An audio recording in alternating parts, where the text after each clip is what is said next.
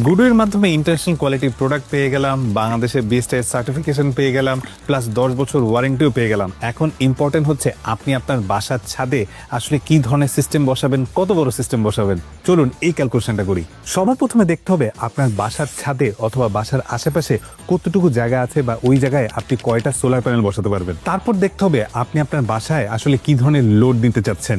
তার মানে আপনি আসলে কয়টা ফ্যান, কয়টা লাইট, ফ্রিজ, টিভি এগুলো চালাতে চাচ্ছেন কিনা। যেমন আমি আমার বাসায় ক্যালকুলেশন করে দেখলাম আমার আসলে 4টা থেকে 5টা ফ্যান এবং 5টা থেকে 6টা লাইট, ফ্রিজ, টিভি এগুলো চালালেই হয় এবং এই সব কিছু মিলে 1 কিলোওয়াটের মতো লোড লাগে। তাই আমি গুডউইর বাংলাদেশের রিপ্রেজেন্টেটিভদের সাথে কথা বলে একটা গুডউইর ইনভার্টার নিয়ে আসলাম দেখার জন্য প্রোডাক্টটা আসলে কেমন, এবং প্রোডাক্ট কোয়ালিটি দেখে আমি আসলে বেশ স্যাটিসফাইডই। এবং ওদের হিসাব মতে 3 কিলোওয়াটের একটা ইনভার্টার, ব্যাটারি, সোলার প্যানেল এবং আনুষঙ্গিক সব খরচ সহ 2,70,000 থেকে 80,000 টাকার মতো ইনিশিয়ালি খরচ হতে পারে।